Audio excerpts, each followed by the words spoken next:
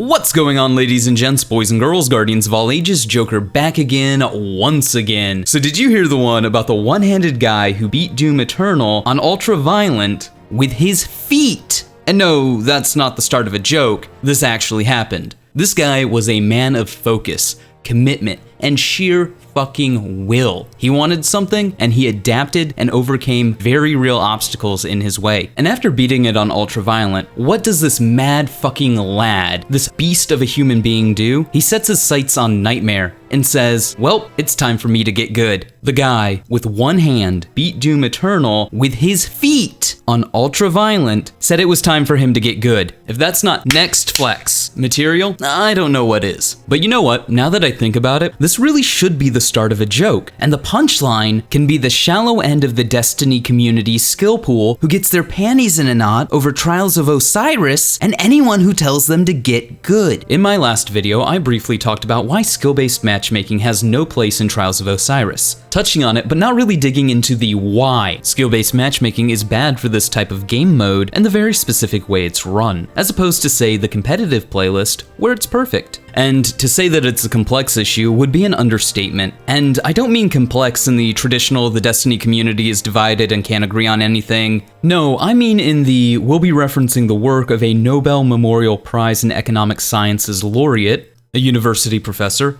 along with other scientists, psychologists, and an evolutionary biologist, along with some military doctrine. And by the end of this video, I will scientifically prove that not only is skill-based matchmaking bad for Trials of Osiris, but it's probably not the best idea to have it implemented in every playlist outside of the competitive ranked playlist. And that reason has very little to do with good players stomping bad players, and everything to do with how the human brain works. Yeah, it's going to get complicated. So of the 3 reasons that we'll be covering as to why you don't want skill-based matchmaking in Trials of Osiris, let's go ahead and start with the easiest one for people to wrap their minds around: how it affects gameplay. Destiny doesn't have dedicated servers, which means the better you are, the fewer players there are in your skill bracket, which means the worse connections get as the system tries to pull from all around the world to create a match. While there's nothing wrong with forcing good players to play players of the same skill set in certain circumstances, there is something wrong with doing it when Bungie's networking is basically held together with a lot of papier-mâché, duct tape, and fail.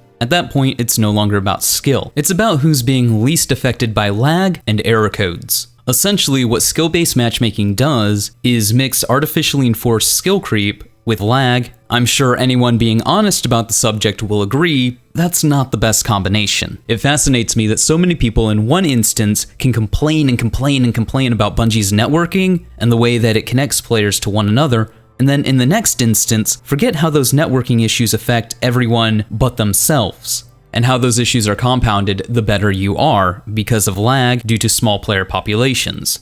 So the people complaining about error codes and the way networking works in Trials of Osiris, but have never spared a thought for how these networking issues affect better players, either don't understand that it's an issue, or they simply don't care. Gun to head, I'm gonna say that they don't care. After all, it doesn't affect them. Just those gosh darn 1%ers. How dare they be better than the bad players at video games or something like that. But you know what? That's really just a technical issue, and honestly, the only way to fix it is either dedicated servers, or for the time being, remove it from all non-essential playlist. But now we move to issue 2, the vastly more complex and cerebral issue. In my last video, I stated that skill-based matchmaking in Trials would disproportionately punish the middle-of-the-road and high-level players and reward low-skill players. To which the comments in their shrill, tremulous voices all screamed, "But Joker, if bad players are fighting bad players, their matches will be just as hard for them as it is for good players fighting good players."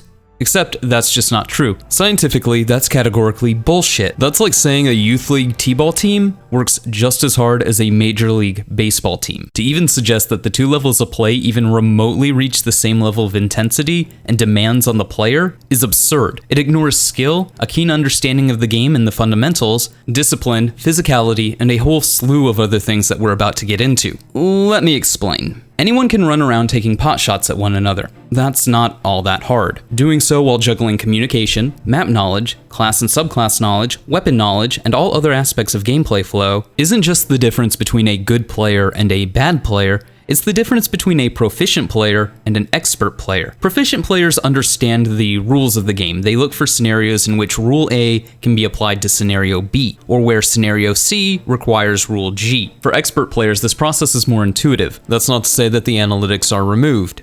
It means that the ability for the player to understand the rules and scenarios and come up with the right solution is so practiced that the process is far quicker and somewhat automated. Anyone who's ever done art knows exactly what I'm talking about. Draw heads or hands or eyes over and over and over and over and over and over and over and over again until it becomes an automated process, and then move on to feet, torsos, legs, backgrounds, cars, stuff like that, and repeat the process ad nauseum. In the book, Thinking Fast and Slow, by the Nobel Memorial Prize in Economics Science laureate Daniel Kahneman, the central thesis of which is the dichotomy between the two modes of thought, System 1, a fast, intuitive, and emotional system, and System 2, a slower, more deliberate, more logical system. In this book, he explains the relationship between these two systems of thought. There's a lot of stuff to explain here, so I'm just going to go with the cliff notes and explain what the two systems of thought generally cover. System 1 does things like determine that one object is at a greater distance than another, localize the source of a specific sound, display disgust when seeing a gruesome image, solve 2 + 2, come up with a good chess move if you're a master. That last part is important. If you have mastered something, the mastery of a System 2 process can move it from a System 2 thought process to a System 1 thought process. System 2 handles things like bracing yourself before you start a sprint, directing your attention towards the clown at a circus, directing your attention towards somebody loud at a party, looking for a woman with gray hair, digging into your memory to recognize a sound, determining the appropriateness of a particular behavior in a social setting, giving somebody your phone number, determining the validity of complex logical reasoning. So let's bring this back to games. This two-system thought process is why when people are learning how to, say, snipe in any game, it's hard for them. It's because they overthink it. It's because they have to engage System 2, which means aiming, acquiring a target, and pulling the trigger. That's why when you watch a pro player, it seems like there's not much effort involved, because the process has been repeated so many times that it's gone from a System 2 skill to a System 1 skill. i.e., the muscle memory of aim, acquire target, and shoot have been moved to System 1, while the thought processes attached to map knowledge, moment-to-moment scenario analysis, and decision-making take up the processes of System 2. That's often the difference between a good player and a bad player, just how much attention they give to moment-to-moment scenario analysis and decision-making. System 2 tasks of this caliber are far more daunting than learning a skill, because when you're learning a skill, you expect to fail. Or when you're bad at something, you expect to fail. Most people, unless playing in an unfamiliar way, like with a new subclass or with their controls changed, have moved all the runny, jumpy, climby, aim and shoot bits to the System 1 thought process. So, as I've outlined, just to reiterate, the key difference between a beginner and a master is how much they utilize System 2, and how much of System 2's thought processes they've moved to System 1. This is why playing a game to hang out with friends and just shoot the shit and relax is easy. But players in tournament settings get exhausted after a few rounds. It's because higher levels of play require higher levels of understanding, thought, focus, analysis, and stress on the brain, because of the consistent use of the brain's secondary systems of reasoning. Which brings us to the 5 stages of adult skill acquisition. According to Stuart E. Dreyfus, Professor Emeritus at University of California, Berkeley, in the Industrial Engineering and Operations Research Department, there are 5 stages of adult skill acquisition: novice, advanced beginner, competence, proficiency, and expertise. Competence is the most interesting of the 5 stages because it's when you know enough to know that you don't know everything. According to Dreyfus, given uncertainty, coping becomes frightening rather than merely exhausting. Prior to this stage, if the rules did not work, the performer, rather than feeling remorse for his or her mistakes, can rationalize that he or she had not been given adequate rules, i.e., they either didn't know the rules or the rules were unfair. More often than not, they didn't know the rules well enough, and so the task is unfair. This, of course, is an argument made from ignorance, one created to protect an ego. Lower level players don't understand how to play Destiny at a higher level of competency, so the rules are unfair, even if the only failing of the rules is their own ignorance. Sound familiar? If we look at the Dunning-Kruger effect, which is when the cognitive bias of people with low ability at a task overestimate their own ability, which is related to the cognitive bias of illusionary superiority, and comes from the inability of people to recognize their lack of ability, most if not all Destiny players screeching for the implementation of skill-based matchmaking in Trials of Osiris and justifying it by saying, players of lower skill will have to work just as hard as players of higher skill within their skill bracket are at this point in the graph, or what the internet likes to call the peak of Mount Stupid, and are incapable of understanding the sheer difference between a low-level player and a high-level player because they have no concept of the skill required to compete at higher levels. This is also the key difference between bad players who complain that a system is unfair and bad players that say the system is fair, they just need to get better because they know enough to know that they know nothing. The Dunning-Kruger effect is also one of the biggest issues with skill-based matchmaking in general, as it lies to the player about their level of skill and how good they really are. It creates an illusionary superiority within the skill bracket, causing people not to recognize their lack of ability, creating a safe space for novice and advanced beginners, but giving them no reason to ever become competent. Don't get me wrong, this has a similar but lesser effect on competent and proficient players, and I believe that Trials of Osiris was a massive wake-up call for many people, good and bad players alike. So what does all of this have to do with Trials of Osiris and rewards? Well, while players from the novice and advanced beginner rankings might be happy to receive rewards for just showing up and taking pot shots at one another, players in the competitive, proficient, and expert levels of play are likely to feel insulted. Let's be real, let's be honest, let's be real honest. Not too many people are going to be happy about a system where Johnny No Thumbs with his .05 KD is decked out in Trials of Osiris Lighthouse gear, but your 1.5 KD, your 2.5 KD, your players all the way up to 5.0 KD and higher have to fight orders of magnitude harder at a much higher level of intensity that requires far more from them mentally speaking for much longer periods of time to achieve the exact same outcome as the novice and advanced beginner players. Requiring this level of intensity from your player base is okay when that intensity is adequately rewarded. Novice and beginner players are incapable of understanding this because they simply can't fathom it. They don't understand the rules on that level, nor do they have the tools required mentally to do so. That's not to say that these people are dumb by no stretch of the imagination. It just means they've never learned the skills required to play at that level of competition. This is often why you'll hear the excuse, "I just don't have the time to get that good." Because these people don't understand that a player, or really anyone doing anything, can do it 1 or 2 hours a day, or for a few hours on the weekend, and as long as they're practicing the right things, they will be better. Even better than somebody with 3,000 hours in the game who's never learned to play on a more advanced level. It goes back to the concept that practice doesn't actually make perfect. Perfect practice makes perfect. This is also the reason why skill-based matchmaking works in the competitive playlist, but was a terrible idea for the casual playlist and would be a terrible idea for a setting like Trials of Osiris. When you're playing comp and you want to get your Luna's Howl or your Not Forgotten or any of the other comp relevant weapons, the game requires you to reach 2100 or 5500 respectively, which requires a significant amount of games, not just 7. Skill-based matchmaking is terrible in casual playlists because it expects players in the competent, proficient, and expert skill sets to constantly be playing at 11. And as we learned from Daniel Kahneman's Thinking Fast and Slow, requiring the brain to function for long periods of time engaging these second system processes increases the stress on the mind.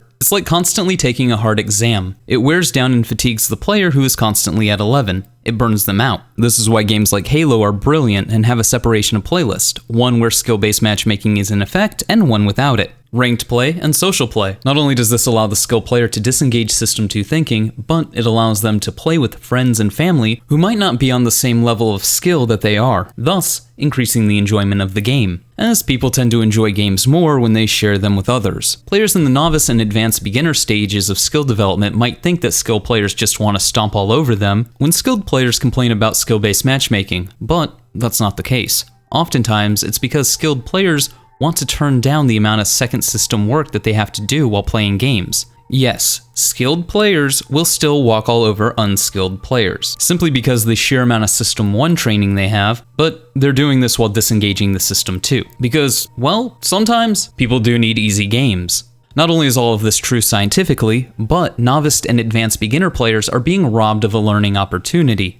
Let me ask a question. Why does the bulk of the player base gravitate towards the best weapons? Because oftentimes, they're told to do so. They seldom have a concept of why something is good, just that it is. Knowledge without understanding. This is because they've not had to do any of the prerequisite work to understand why something is good or bad. They watched a video or looked at some stats and said, I'm going to start using that. Gaining knowledge without earning it or understanding it. Before Trials of Osiris, since the changes made back in Year 2 of Destiny 2, novice and advanced beginner players' exposure to good players or high-end players was virtually non-existent. You can watch the stream or YouTube videos of a good player for entertainment, but without knowing the fundamentals, you don't understand why the player does what they do.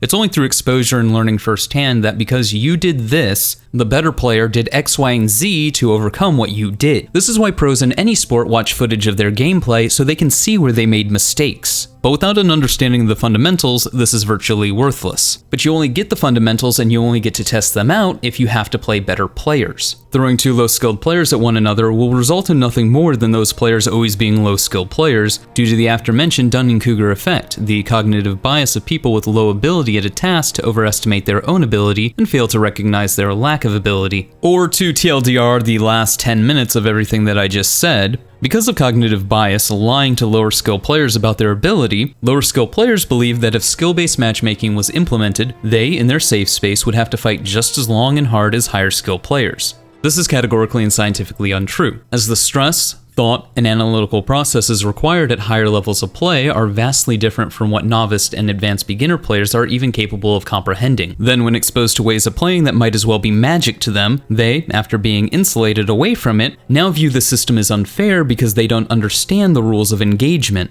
and seek to change the system to their advantage. Which brings us to issue 3. Now, this is probably a lot of high-level stuff, and maybe you're just not convinced of the science, or maybe you just don't give a fuck. Fine, fair enough. In evolutionary biology, there's a concept called the monkey sphere, or Dunbar's number. Dunbar's number is the suggested cognitive limit of the number of people whom with one can maintain stable social relationships with. Relationships in which an individual knows each person and how each person relates to every other person. This number was first proposed in 1990 by British anthropologist Robin Dunbar. By using the average human brain size and extrapolating from the results of primates, he proposed that humans can maintain 150 stable relationships. Dunbar explained it informally as the number of people that you would not feel embarrassed about joining uninvited for a drink if you happen to bump into them in a bar. Or to put it another way, a couple of deaths are a tragedy. A couple of thousand deaths is a statistic. People, generally speaking, will look out for their own interest and the interest of their group before they look out for the interest of others. That's not selfish, that's survival instinct. So the third reason as to why skill-based matchmaking would be a terrible idea for a game type like Trials of Osiris will not be couched in such esoteric concepts as brain systems or the 5 stages of adult skill acquisition or the Dunning-Kruger effect.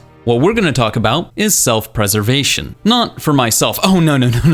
Honestly, I secretly really want skill-based matchmaking to be implemented. 1, so I can watch the whole thing burn down to the ground while laughing my ass off. And 2, because, as I'll explain, just how easy it'll make my life while I'm exploiting it. No, I'm couching this in terms of self-preservation for the novice and advanced beginner player bases. In war, there is a concept known as mutually assured destruction, or MAD. MAD is a doctrine of military strategy and national security policy in which a full-scale use of nuclear weapons by 2 or more opposing sides would cause the complete annihilation of both the attacker and the defender. Skill-based matchmaking, for all intents and purposes, is the novice and advanced player base's nuclear option.